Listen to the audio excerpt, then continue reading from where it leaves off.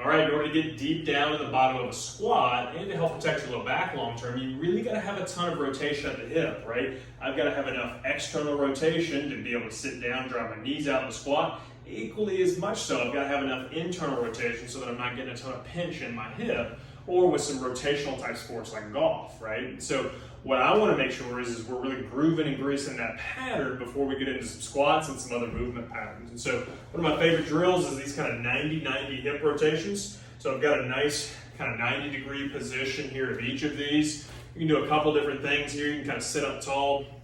You can lean over that front leg, or you can even turn and rotate over that back leg to facilitate internal rotation, whichever one you may have more trouble with. If this position is too hard for you to get into, feel free to stack a yoga block, a mat, any number of things, pillow, plates underneath this hip. And then for a more advanced version, what you can do is you can actually work on rotations side to side. And this is more that active kind of dynamic prep, gets a little bit of core involvement, low back involvement to help you fight to grease that pattern. And this is one of my favorite ways to work through this, prep my hips before I get down into a squat.